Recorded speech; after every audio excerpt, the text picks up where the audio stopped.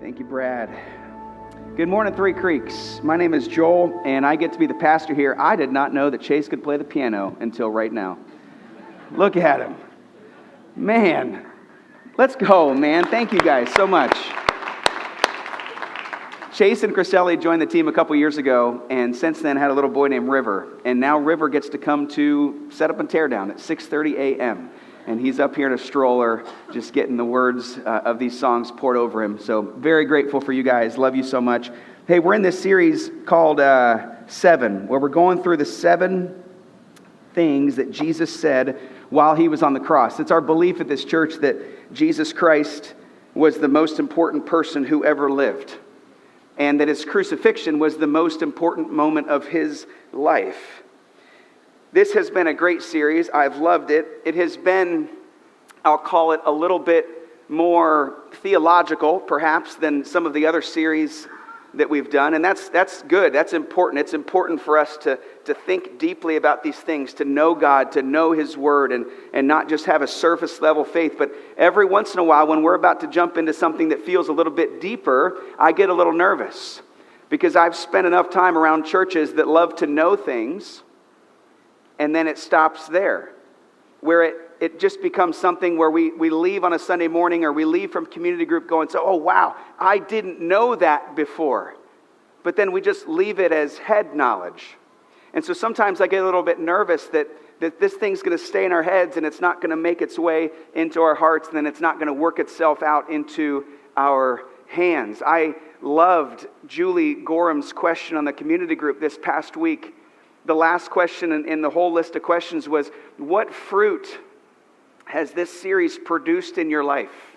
In other words, what difference has it made to think about the cross, to think about Christ for 5 weeks with 2 more messages to go in this series? What difference has it made?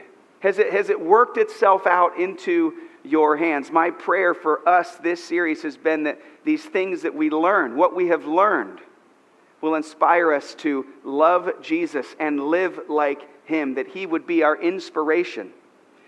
We talk about this a lot here at Three Creeks. We talk about this idea of walking in the way of love like Jesus did, living in an others-oriented way, parking our cars in an others-oriented way, showing up to church on time in an others-oriented way, just living every part of our life thinking about others before ourselves. We talk about trying to be like Jesus in this way. And one of the ways that we've done that as a church on the whole is we've tried to be a church that loves our city, that sees people that are in need in Gahanna and says, man, we want to try to help. And one way that we do that, we have a few ongoing ministries to our city, but one way that we do that every year is we call it the Gahanna Gift Shop. And it's a Christmas store. It's a one-day thing. A couple hundred families from Gahanna come and shop for Christmas for their families during a time of need. And every time, it's great. And we've been doing it for 8 years in a row. Every time I leave that thing, I just go, man, I just wish we did things like this more often. But Christmas is once a year. You know, it's a 4th of July gift shop. It doesn't have the same ring to it. And I just go, man, I wish that we did more things like this more often. And then, you know what? Lo and behold, our local impact director, Mackenzie Davis, and I had a meeting 6 weeks ago, and she came up with this idea. I get to be the one that shares it with you. It's kind of our summer gift shop. We're calling it the Three Creeks Thrift Shop. All right? So the Three Creeks Thrift Shop. For some of you, thrifting is a hobby. For others, it is a necessity. We know of at least 500 families in our city that would describe themselves as struggling to get food on the table. They are financially going paycheck to paycheck, and the costs of life weigh heavy on these families. And we as a church want to walk in the way of love and be generous to others like God has been generous to us. And so this Three Creeks Thrift Shop, here's the idea. This is Mackenzie's. Don't even think for a second I came up with this. This is all her, and I love it. So here's your excuse. Here's the final nudge you need to do your spring cleaning and to do the purge. You guys know the purge? All the clothes that don't fit anymore, all the clothes that your kids grew out of, all the clothes that, man, maybe you just have too many of one thing. Let's get them together, collect them, wash them, pack them up, and in 2 weeks on Sunday morning, April 27, We're going to park a trailer out front by the courtyard, and on your way in, you just drop your bags right on top of the trailer of clothes that you would still wear, that somebody else is going to go, yes, like that's a nice piece of clothing. I'll take that. And we're not going to have time to wash it, so we need you to wash it. So take it there, and then what we're going to do on that afternoon is we're going to drive it over to the well, and then that Sunday night, Monday night, Tuesday, that whole week from 6:30 to 8, we're going to sort them, fold them, spread them out, display them. So if you're interested in volunteering for this, kind of in the build-up to it, then you can sign up to serve one of those evenings. I already saw there's a ton of people that are signed up for different nights, and I think it's going to be a lot of work. So we need some more of you guys. So April 27, that whole week, you can go there and fold and sort and kind of get it ready. And then on Saturday, May 3rd, we're going to have the Three Creeks Thrift Shop. Families are going to sign up. They're going to come through, and we're just going to donate to them. We're just going to give to them in their time of need. And we just want to be a church that says, like, we're trying to do this not because we're anything special, but because of what God has done for us. He has given us so much. How could we hold on to these things? So if you want to sign up to be a sorter, or if you want to sign up to serve at that store, like everything at Three Creeks, text Three Creeks to 97,000. The links are there. Sign up. And man, I have a sneaky suspicion this thing's gonna work and really hopefully going to be a blessing to some people in our city. And we're doing this. We're not doing this because for any other reason other than because Jesus Christ has changed us. Like, we want to walk in the way of love and think about other people first because that's what he did. He is our inspiration. I'm not saying this to sound dramatic. He is the most important person to ever live. And the crucifixion was the most important moment of his life. He opened his mouth 7 times on the cross. 3 of them were to other people that were around him. Remember, he looked at the criminal on the cross next to him and said, "Today you will be with me in paradise." And he looked down at the Romans who were killing him and he said, "I am thirsty." And he looked down at his mom and at his best friend John. He said, "John, take care of my mom. Mom, John is now your son." 3 of them were to people around him. 3 of them were directly to God the Father. Remember the first thing he said? He said, "Father, forgive them because they don't know what they're doing." Last week, Garrett did an amazing job of explaining what Jesus meant when he said, "Father, why have you forsaken me? My God, why have you forsaken me?" And today we're looking at this phrase when Jesus says at the very end of his life, "Father, into your hands I commit my spirit." It's important to note that voluntarily Jesus put his life in the hands of sinners. And then he voluntarily commits his spirit to the hand of the Father. Let's just read those 3 verses again, and then I'll try to explain a little bit of what these things mean. In verse 44 through 46, it says that it was about noon. Jesus had been on the cross for 3 hours at this point. It was about noon, and darkness came over the whole land until 3 in the afternoon. For the sun stopped shining. And the curtain of the temple was torn in two. And Jesus called out with a loud voice. The volume is not a part of the narrative in any of the other 7.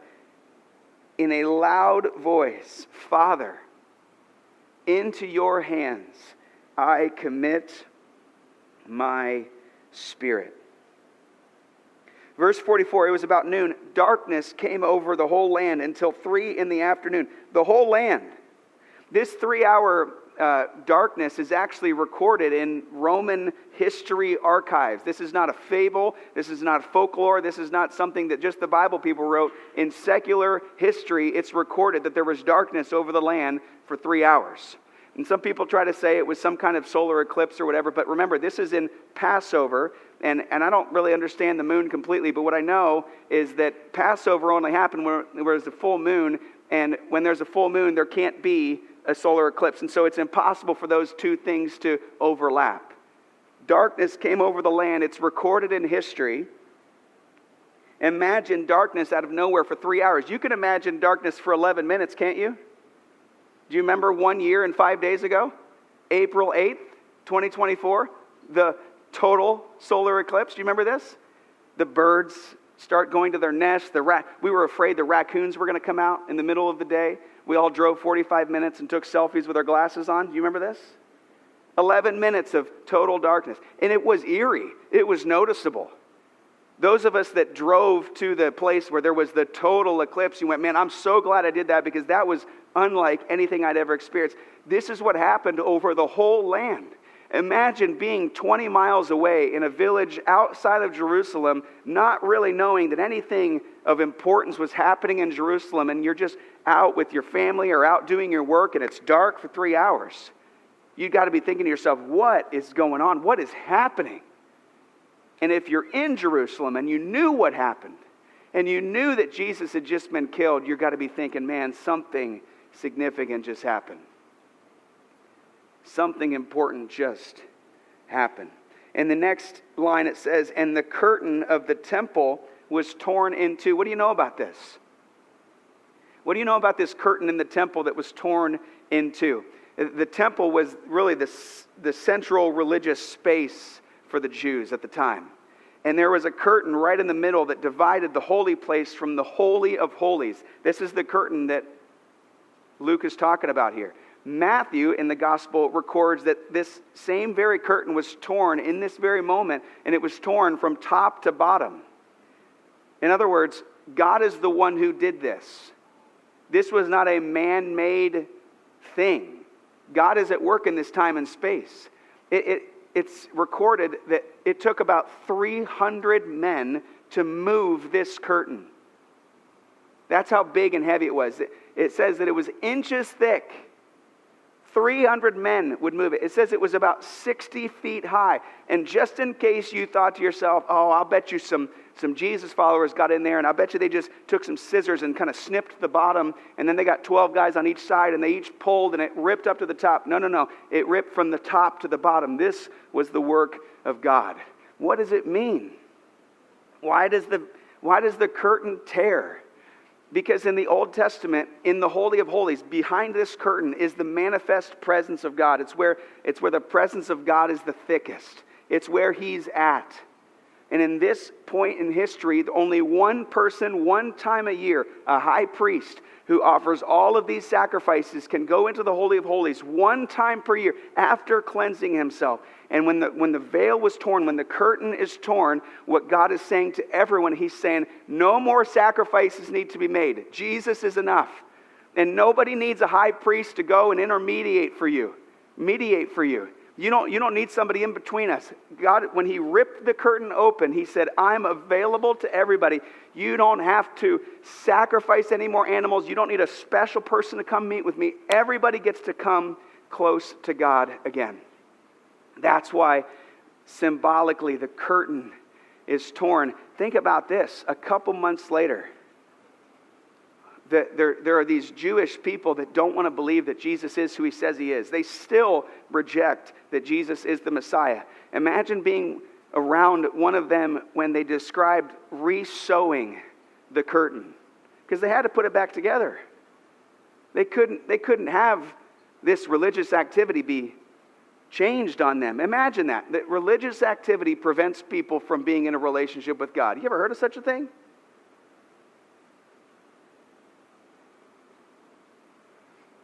And then it says that Jesus calls out in a loud voice, Father, into your hands I commit my spirit. This is a very, very special moment, because right here we see the Savior Jesus back again in communion with God. Remember the first phrase that Jesus used on the cross. He said, Father, forgive them. Jesus at that moment felt like He was His Father. And then at the end He says, Father, into your hands I commit my spirit. Jesus hung on the cross before He died for 6 hours. 3 of them suffering at the hands of man. 3 more hours suffering at the hand of God. And for 3 hours, the communion between Jesus and the Father was broken. It was the first time that this relationship had ever been broken. For eternity, they had been in communion with one another. And then in this moment, Jesus was forsaken so that you and I never have to be. For 3 hours, their communion was broken, but the darkness passed and the cup of the righteous anger of God was poured out. And here we see Jesus re-entering communion with his Father, never to be broken again. He says, Father, into your hands I commit my spirit. In other words, Father, I trust you completely. I trust you. In Jesus' darkest moment of his life, perhaps seconds before he breathed his last, he says, Father, I trust you. I trust you. And it says that he did it in a loud voice with everything he had left in the tank. I trust in God. Do you trust God? Do you trust God? Here's a very related question. Do you worry a lot? Would you consider yourself, have you labeled yourself as a worrier? As somebody who worries a lot? There is, to be fair, quite a bit to worry about these days. Red food dye, for one. And inflation, and interest rates, and the cost of eggs. And then every time we get a headache or we feel a little dizzy, we punch our symptoms into Google, and it's like, you've got 3 days to live. Like, we're towards the end. Right? And then on top of that, we've got our safety. We've got the safety of our children. We've got parents to worry about. We've got job situations that we're just worried about. We've got singleness that we're just worried about. And on top of all of that, AI is just going to take over. Like, we're all done. That's coming, right? We think about these things, and it's so easy this day and age to just be consumed with worry. And then we just resign to it, and we actually say out loud, I'm a worrier. I'm a worrier. And we wonder, is it even possible not to worry? There's a famous passage in the Bible, maybe you've heard of it. It's okay if you haven't. We actually put it on the screen during that time of portion where Paul writes to the Ephesians. He goes, rejoice in the Lord always. Always. I say it again, rejoice. God is near to you. He says, if you're ever feeling anxious, if you're ever starting to get worried, the ticket out of that is to pray with thanksgiving and just give it to God. And there's this peace that transcends understanding. In other words, you can't even describe this peace that will come over you when you pray. And as a good Christian person, I've read that before and I go, man, okay, then all of this stuff that I'm worried about, I'm just going to pray about it, and then zap, God will just kind of remove it from my life. And that hasn't been my experience every time. I don't know about you. Have you ever prayed about something and then immediately continued to worry about it? Like I have. I think about this, have you ever thought about, have you ever led somebody? Like whether you maybe lead a team at work or you oversee somebody even on some project, or maybe you have children in your home, but essentially somebody who's looking for you to give them any sort of instructions. And have you ever given instructions to someone and then immediately had the thought like, yeah, they're probably not going to do that.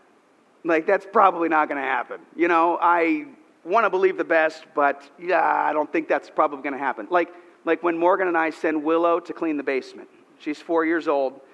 We send her down. We say, Willow, it's time to clean the basement. It's your turn. And she goes down there. And Morgan and I just look at each other like, who's going to go down there in 7 minutes and find out that she's not doing it? Because she just isn't dependable. Have you ever given instructions to somebody and it's like, you just tell them once and it's a done deal. Like, they are going to do it. They are going to do it just like you said. They are going to follow through. You are not going to have to circle back and remind them. Done deal.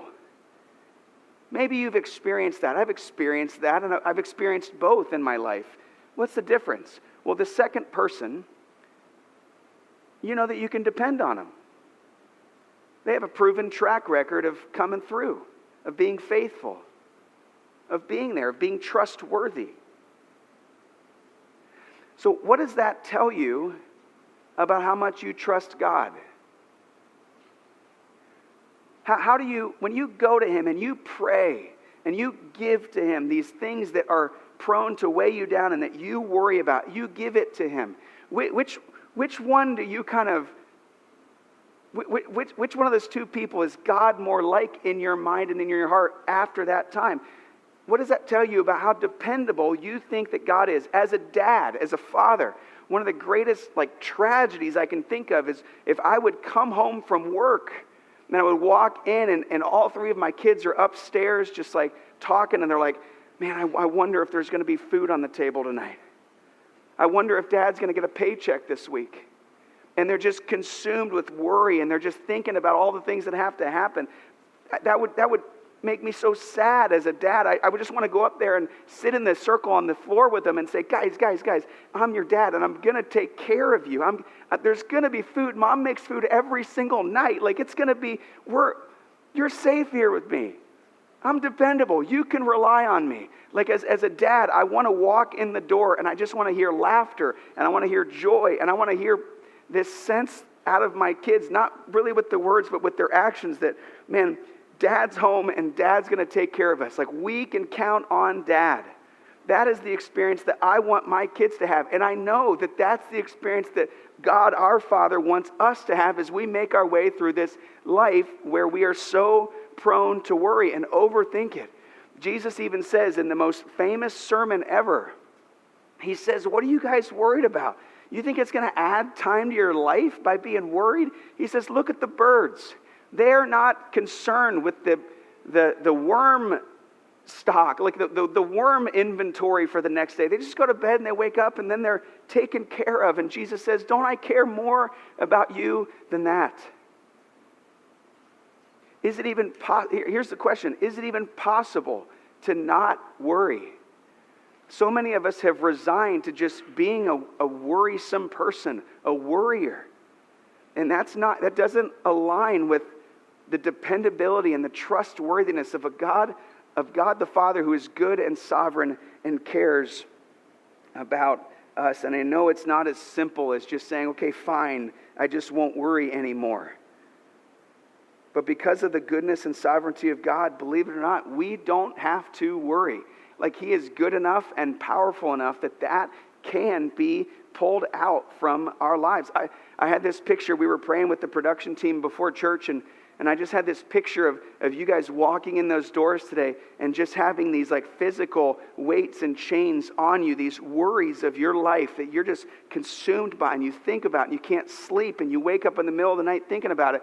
And I just had this picture of you guys just getting to meet with God today in a way that allows you to just kind of just drop Him and just walk out feeling free and trusting in the goodness of God the Father. Jesus, in the darkest moment of His life, says, Father, into your hands I commit my spirit.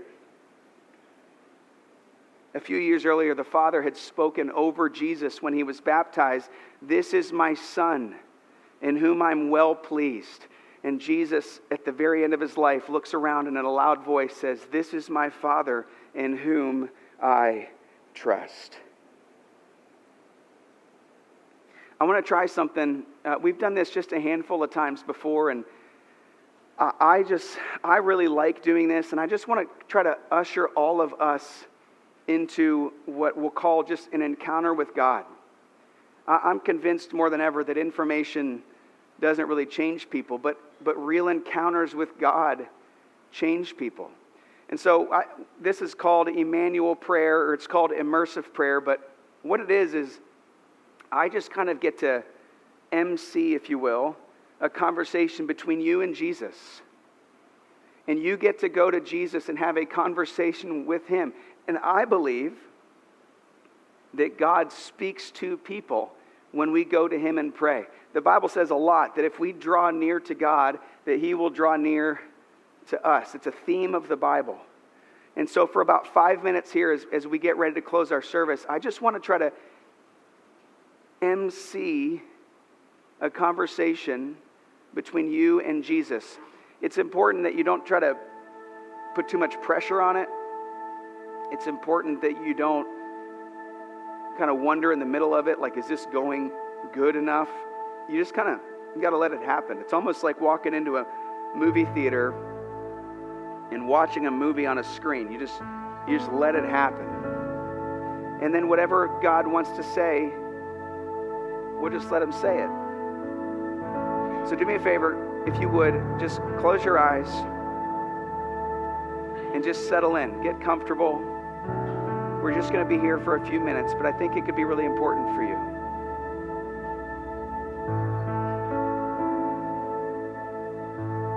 This is a time and it's a space to hear from God.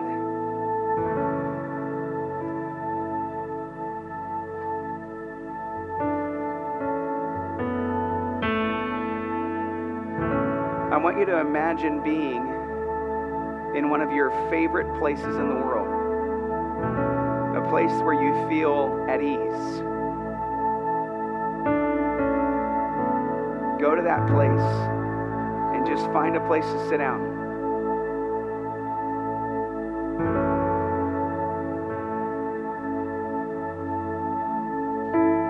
And I want you to think about how it feels to be there. What time of day is it? What does it smell like? What does it sound like?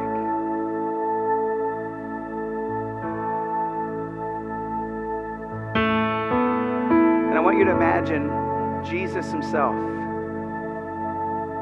walking towards you.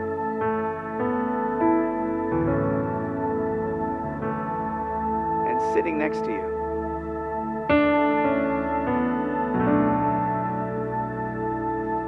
Putting his arm around you.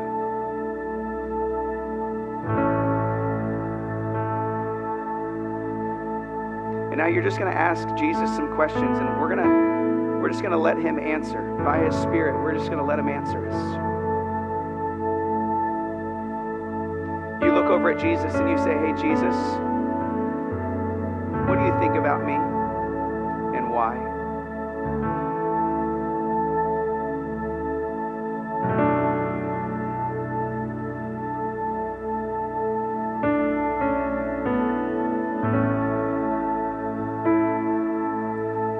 Jesus, what is bringing you joy these days?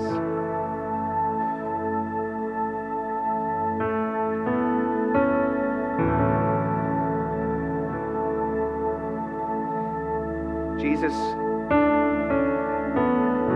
what am I worrying about too much?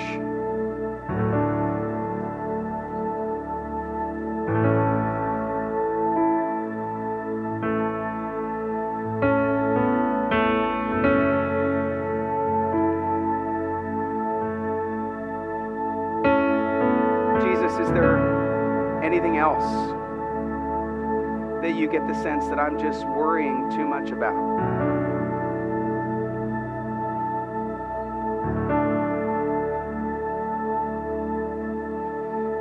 And Jesus, what do you want me to do about that?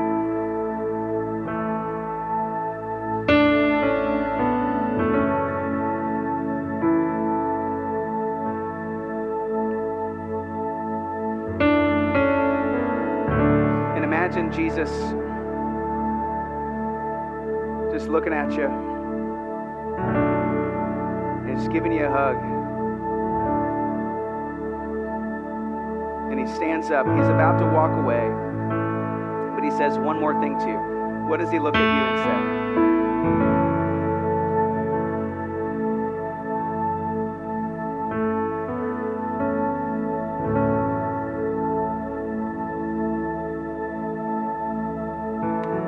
Away. You can open your eyes. Sometimes when I do that, I feel like I don't get anything. And then sometimes when I do that, Jesus meets me in a really personal and powerful way. And I hope that he met you even in those moments. And you know, when you ask that question to Jesus, like, Jesus, what am I worrying a lot about?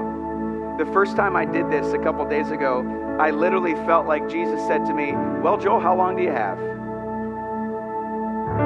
I said, "I'm here."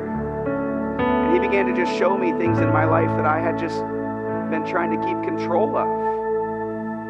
Even as I walked into church this morning, I just began to pray out loud, "Father, into your hands I commit and I just began to fill in the blank. I want to follow Jesus in surrender and in contentment and in commitment and in trust. And so this picture of Jesus on the cross, right before he's about to die, he says, "Father, into your hands I commit my spirit." And I just want to give you this prayer prompt this morning that you could pray too, just like Jesus. "Father, into your hands I commit my..." What is it that God wants you to pray this morning? What is it that he wants you to get rid of? "Father, into your hands I commit my marriage."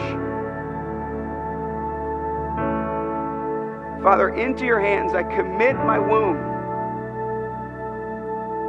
"Father, into your hands I commit this situation at work." "Father, into your hands I commit my family members who aren't following you." "Father, into your hands I commit my singleness." "Into your hands, God, I commit my health. I give it to you. I put it in your hands. Into your hands I commit the well. Into your hands I commit my depression. Into your hands I commit the feelings of fear that keep me up at night. Father, into your hands I give it to you. You're trustworthy. You're dependable. Is he good? Is he powerful? Does he care for us? Does he come close to us?" The answer to those is yes, he does, and he can handle it. He says in his word that you should cast your cares on him, that he's not burdened by our trying to put things on him. He says, "Bring it to me. I can handle it. You can't handle it. I can handle it." Father, into your hands I commit my... What is it for you? What is the prayer that God wants you to pray all week? Father, into your hands, into your hands, into your hands I commit my... What is it for you? What is it for you? Maybe for somebody in here this morning, it's today. Today is the day for the first time ever you say, "Father, into your hands I commit my life. I've been trying to do it on my own. I've been trying to stiff arm you. I've been trying to keep you back away from me. I don't want you to intervene, but today's the day that I want to say, no, I'm giving up doing it on my own. Today's the day. Father, into your hands I commit my life. I want to follow you." Is today the day that you pray that prayer? It's very simple. It's the most important prayer you could ever pray.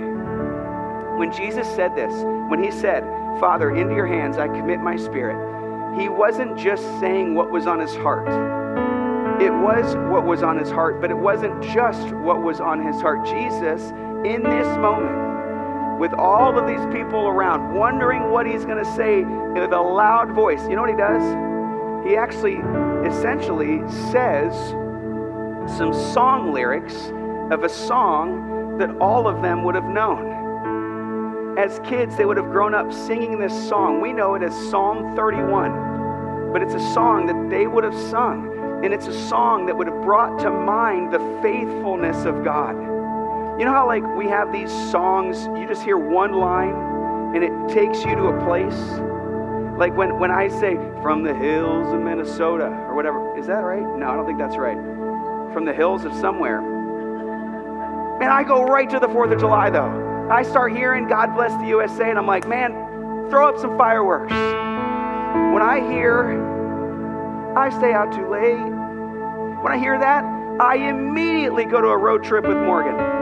That's when we first heard that song, and we would dance and we would sing "Shake It Off" while we were in the car. If I ever hear the song "More Than a Feeling" by Boston, I can't not go to my college dorm room with Guitar Hero.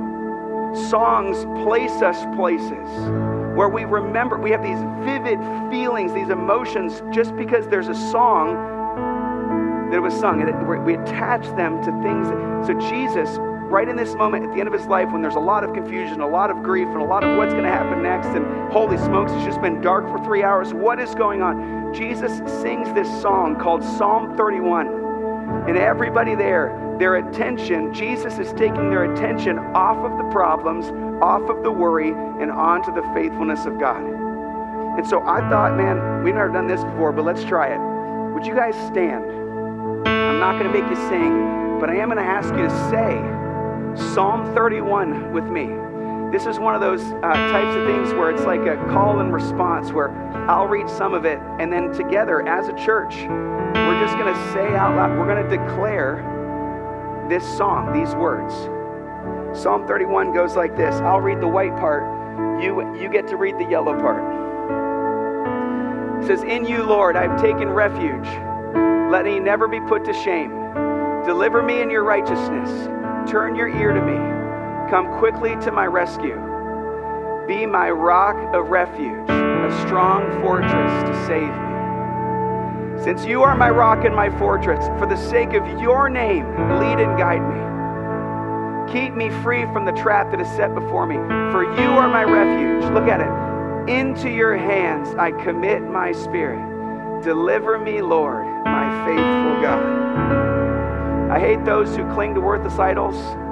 As for me, I trust in the Lord. I will be glad and rejoice in your love, for you saw my affliction and knew the anguish of my soul. You have not given me into the hands of the enemy, but have set my feet in a spacious place.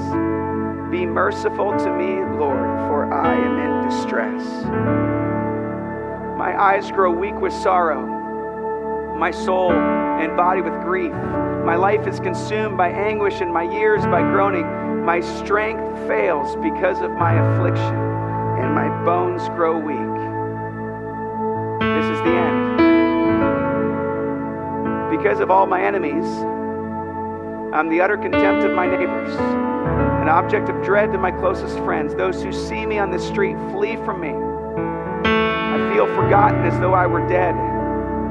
I've become like broken pottery. For I hear many whispering terror on every side. They conspire against me and plot to take my life. But I trust in you, Lord. I say, you are God. Say that one more time. But I trust in you, Lord. I say, you are my God. God, even when we don't feel it, we today just choose to trust you.